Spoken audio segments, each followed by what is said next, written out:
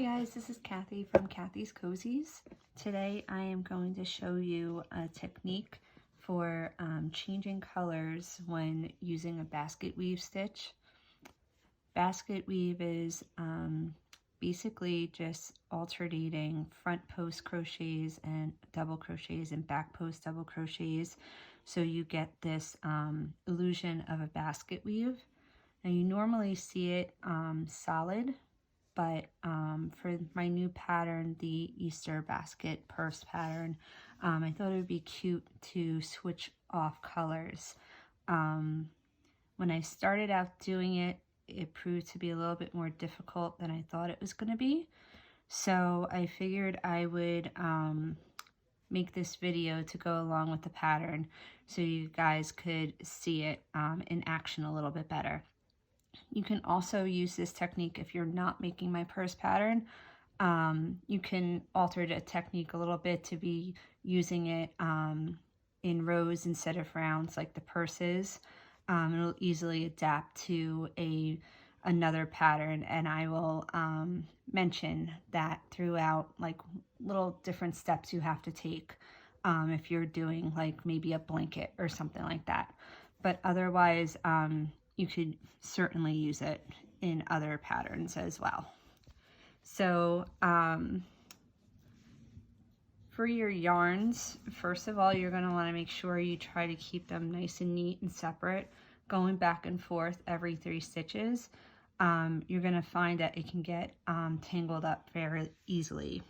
Also, if you want to use a variegated yarn as one of them, it does look really cute, as you can see here, but the one thing I noticed that it looked better as what's going to be color B in this scenario.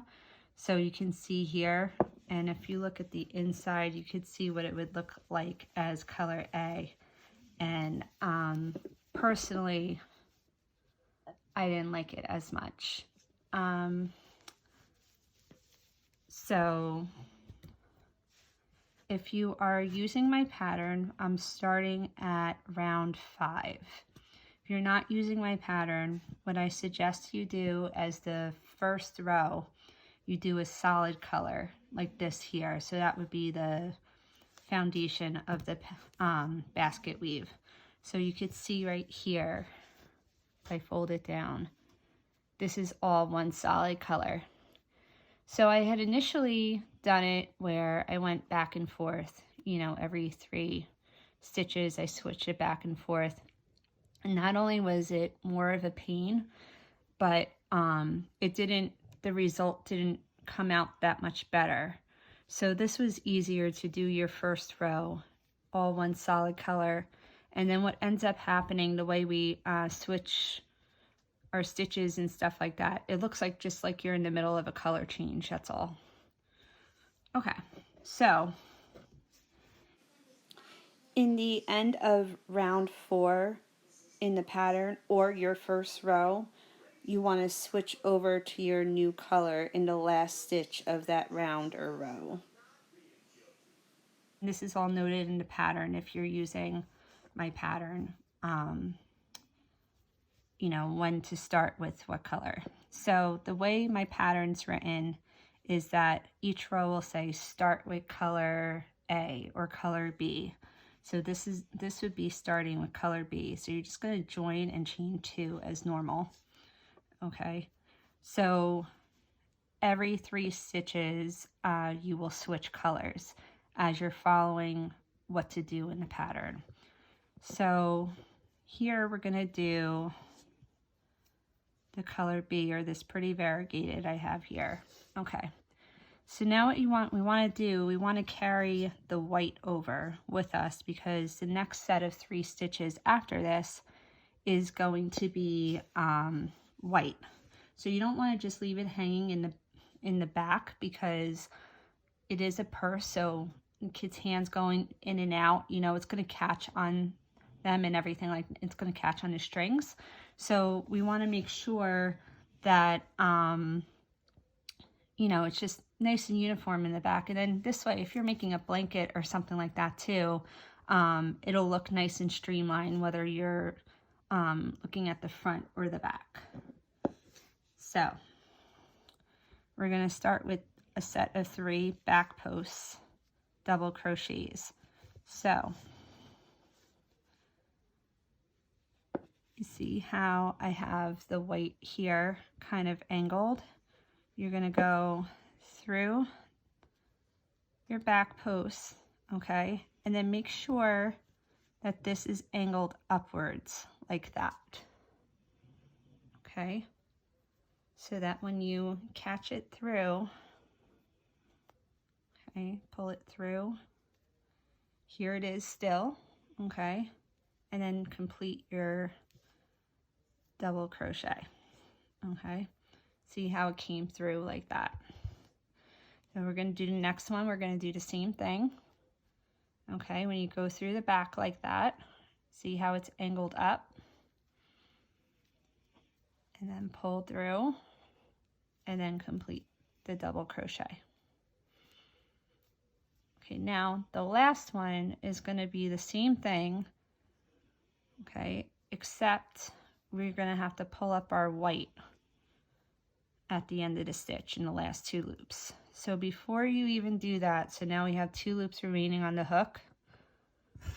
What you want to do is take the white and just make sure it's pull taut, okay? And now we're going to pull up the white. Okay, pull that. So now we're going to switch over to 3 sets of front post. So now it's kind of the same thing carrying the yarn, except now you're going to be angled down since you're doing front posts instead of back posts. So when you go in through the front like this, when you put your hook around, you're going to be hooking, you're going to be grabbing the contrasting color with that on the back there, angled down like that, like I said, and then pull through and then complete the stitch. Okay, I'll do one more and then I'll show you what it looks like. So again, you want to go under the yarn and then angle it down, over, and complete. And if you look in the back here, you can see it just pulled through like that. You can barely see it. You'll see it a little tiny bit, but really not all that much. And then we'll do our last stitch in this set of 3. Okay, again, angle it down. And then now remember, you want to pull this one through before you pull up in the final stitch. Okay. So that's what it looks like so far. I am going to complete this round and meet you back here at the end to show you what we do moving forward to the next round. Okay, so now I completed the first row of color changing, and it is the 5th round in the purse pattern. So you can see here, if you look on the inside, you can tell minimally that the yarn is carried over, okay? So now here, we're at the end of the round, and the next round is calling for starting with color B again. So we are going to change our color in the last stitch of the last round, and then you're going to join to the first stitch and chain 2. So now you're going to begin kind of like what a traditional basket weave pattern would tell you to do is 3 rows of starting with front post, and then you switch to 3 rows of starting with back post. Okay, but when you're changing colors, the last, you can look at it 2 different ways. So the last row of starting with front post, that's where you're going to change the color, okay? So even though here we started with a back post, the next two are going to be starting with front posts in color B, and then the next round after that is still going to be front post, but that's when you will switch to color A, back to color A, okay? It just makes it look a little bit more uniform, because then you get those stitches popped out on each one like that. Otherwise, you would have like a row of the other color looking different, okay? So I'm just going to show you what this next round looks like, and then you should be good to go. So the only thing you have to keep in mind differently when you are doing rows instead of rounds is where you're carrying your yarn, okay? So if you have like, you kind of have to think of a wrong side and right side, and you're flipping back and forth, and you always want to carry the yarn on the same side. So if we were going to say that this was going to be our underside or whatever, for instance, instead of carrying the yarn through the way I showed you before like this, you would actually just bring it over here and do your stitches as normal like this in the front instead of the back, okay?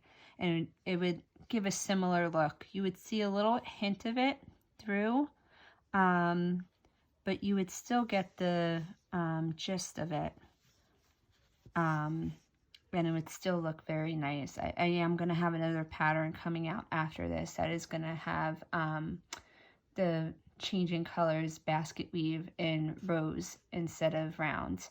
So this will, you'll be able to use this video as well. So like I said, we're at the point where we're going to start doing the sequence of 3 rounds of starting with the front post crochet, but we're only going to do 2 more rounds starting with the color B. Okay, so I'll just show you real quick again the first 2 sets, and then you'll be ready to go with the pattern, or if you want to change colors in another basket weave pattern. So you're going to yarn over, since we're doing front post now, you're going to go in the front, and you're grabbing the yarn kind of with the, not grabbing it with the hook, but with the post, okay? And yarn through and complete the stitch, okay? Back, angle it down, go through the post, and complete the stitch, okay? And one more time. And always remember, when you get to that last stitch, you want to leave it incomplete.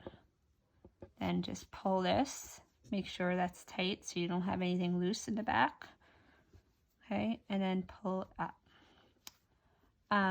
One other note is that you might notice while you're doing it, these third stitches might look a little like stunted because you're switching colors in the last stitch each time, and you can see it a little bit here, but once you get through, you can't tell.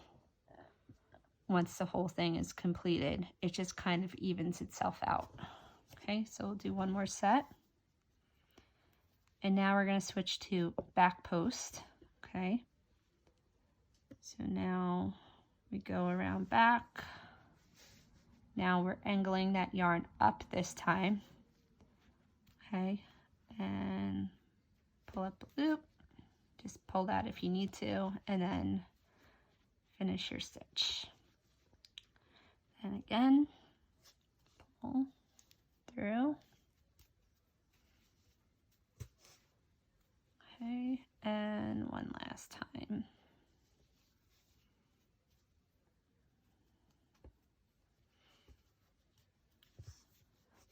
pull before pulling up that last loop. And there you go. Okay.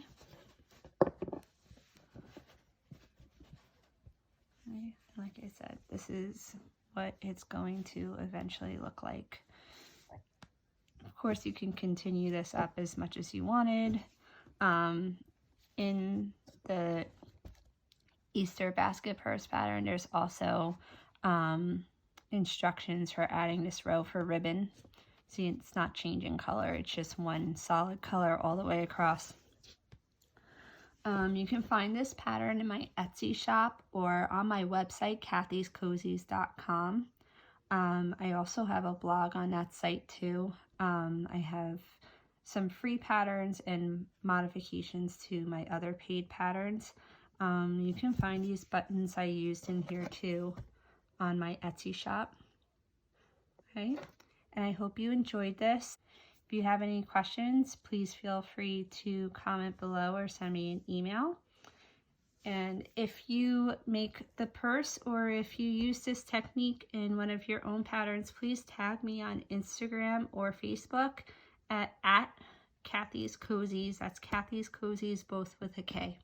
Thanks, guys.